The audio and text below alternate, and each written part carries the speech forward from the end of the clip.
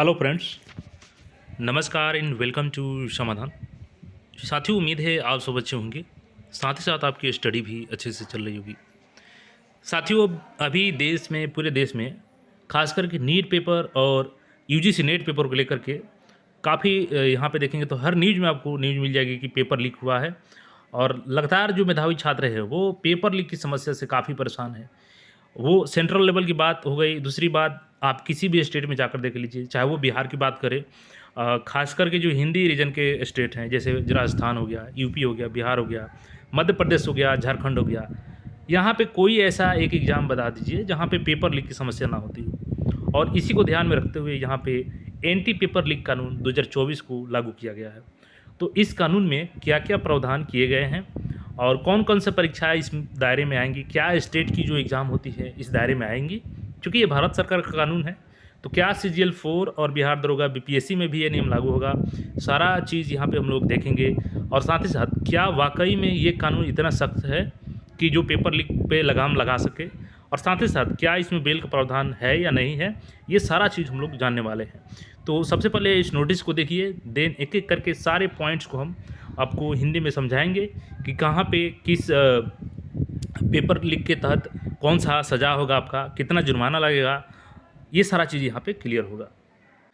अब देखिए, यहाँ पे ये भारत का गैजेट है, भारत का राजपत्र है और यहाँ पे एक्स्ट्रा ऑर्डिनरी मेंशन किया गया है। और यहाँ पे देखेंगे तो part 2 section 3 published by authority, और नई दिल्ली शुक्रवार 21 जून। और यहाँ पे सभी डेट मेंशन किए गए हैं। न्यू दिल्ली फ्राइडे जून 24।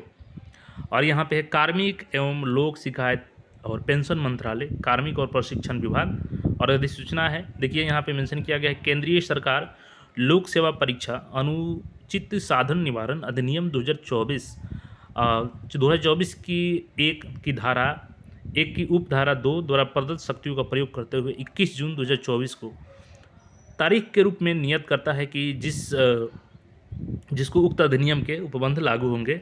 और यहाँ पे देखेंगे तो ministry of personnel public grievances and pensions दिया गया है। अब आइए इस नोटिफिकेशन को हम लोग पूरे डिटेल्स में पॉइंट वाइज समझते हैं न्यूज़ के माध्यम से। सबसे पहले इस हेडलाइन को देखिए, पेपर लीक हुआ तो 10 साल जेल और 1 करोड़ तक की जुर्माना। अब क्या है कानून में प्रावधान? क्या कानून सही में इतना सख्त बनाया गया है कि ये पेपर लीक पे लगाम लगा सके? तो पूरा न्यूज़ यहाँ पे देखिएगा। देश में एंटी पेपर लीक कानून आधी रात से लागू, नोटिफिकेशन जारी। अभी हमने आपको नोटिफिकेशन भी दिखाया। अब देखिए यहाँ पे दिया गया है, देश में एंटी पेपर लीक कानून यानी public examination prevention of unfair means act 24 लागू हो गया है। केंद्र ने शुक्रवार 21 जून की आधी रात इसका नोटिफिकेशन जारी किया है। यह कानून भर्ती परीक्षाओं में नकल और अन्य कुछ गड़बड़ियों को रोकने के लिए लाया गया है। इस कानून के तहत पेपर लीक करने या आंसर शीट के साथ छेड़छाड़ करने पर कम से कम 3 साल जेल की सज़ा होगी और इसे 10 लाख रुपए तक के जुर्माने के साथ 5 साल तक बढ़ाया जा सकता है।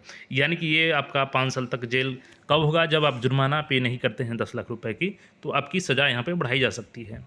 परीक्षा संचालन के लिए नियुक्त सर्विस प्रोवाइडर अगर दोषी होता है तो उसे 5 से 10 साल की सज़ा होगी और 1 करोड़ रुपए तक की जुर्माना होगी। सर्विस प्रोवाइडर अवैध गतिविधियों में शामिल है तो उस परीक्षा की लागत वसूल की जाएगी।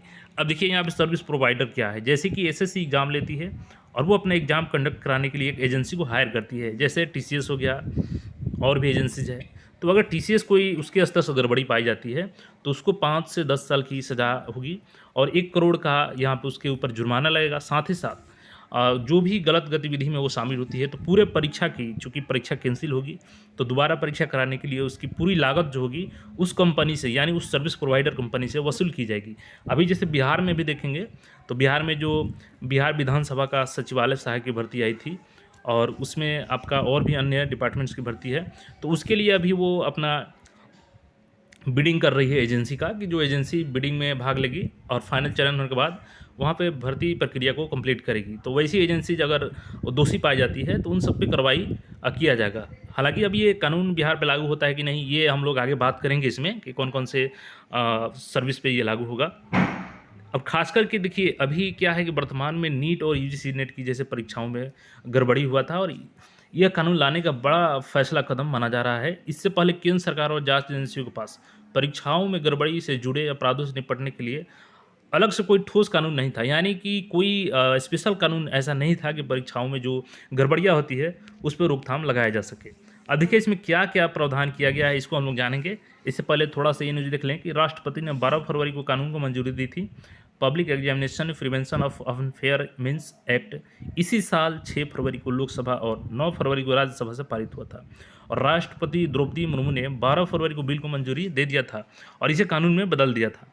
अब देखिए यहाँ पे कौन कौन से हैं, तो इस कानून में संघ लोक सेवा आयोग यूपीएससी हो गया, कर्मचारी चयन आयोग एसएससी हो गया, रेलवे भर्ती बोर्ड आरआरबी हो गया, बैंकिंग चयन बोर्ड आईबीपीएस हो गया और नेशनल टेस्टिंग एजेंसी एनटीए की परीक्षाएं शामिल होंगी। केंद्र के सभी मंत्रालयों की जो विभाग की भर्तियां होती है इस कानून के दायरे में होंगी।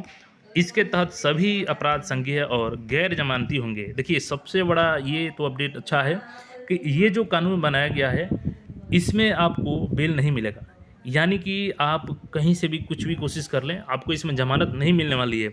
एक बार अगर इस कानून के अंदर में आ जाते हैं तो आपको ज़मानत फिर नहीं मिलने वाला है। सरकार ने आनन फानन में अधिसूचना जारी क्यों की, देखिए इसका कारण है नीट का परीक्षा अभी हाल का देख लीजिए, यूजीसी नेट का एग्जाम देख लीजिए, और यही कारण है कि यहाँ पे जल्दबाजी में इस कानून को यहाँ पे लागू करना पड़ा।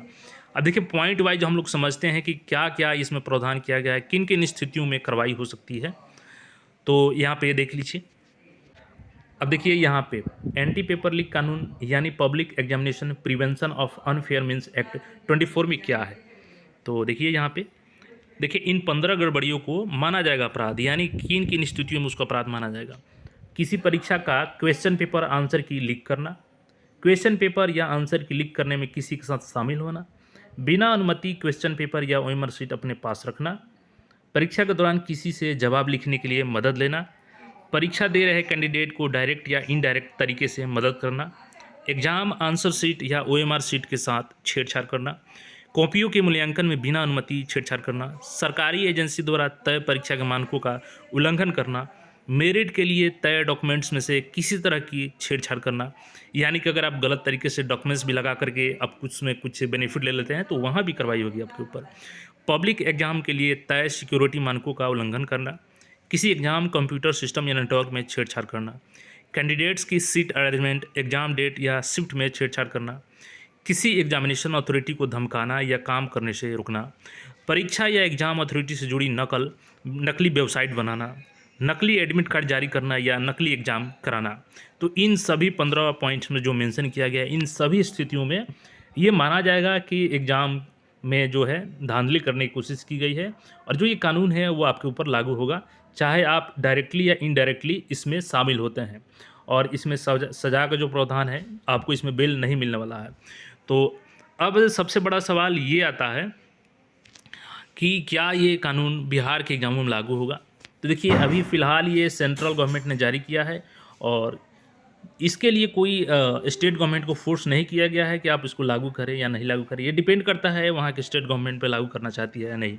लेकिन एक गुड न्यूज़ ये है कि अब सभी सरकार इस कानून को देखते हुए अपना एक कदम बढ़ाएंगी जो कि फेयर तरीके से एग्ज़ाम कराया जा सके। अभी जैसे आप देखेंगे तो बिहार में ही हाल ही में माननीय मुख्यमंत्री जी ने भी एक नोटिफिकेशन जारी किया था, उसको मैं दिखा देता हूँ पहले आपको। देखिए यहाँ पे ये जो लेटर है ये मुख्यमंत्री सचिवालय की तरफ से 17 जून को जारी किया गया था, और यहाँ पे क्लियर मेंशन है नियुक्ति हेतु आयोजित परीक्षाओं में पूर्ण पारदर्शिता बनी रहे और परीक्षा में किसी प्रकार की अनियमितता और प्रश्न पत्र लीक न हो, इसको लेकर एक सख्त कानून बनाने का प्रस्ताव आगामी विधानसभा सत्र के लाने का मुख्यमंत्री ने आदेश दिया है। तो इसका फॉर्मेट तैयार किया जा रहा है बिहार में भी, और बिहार सरकार को चाहिए कि जो सख्त से सख्त कानून में जो भी प्रावधान किया जा सके जिससे कि पेपर लीक की समस्या खत्म हो, वो सारे प्रावधान करना चाहिए। जितने बड़ी से बड़ी सज़ा हो सकती है वो जरूर इसमें कानून में ऐड की जानी चाहिए।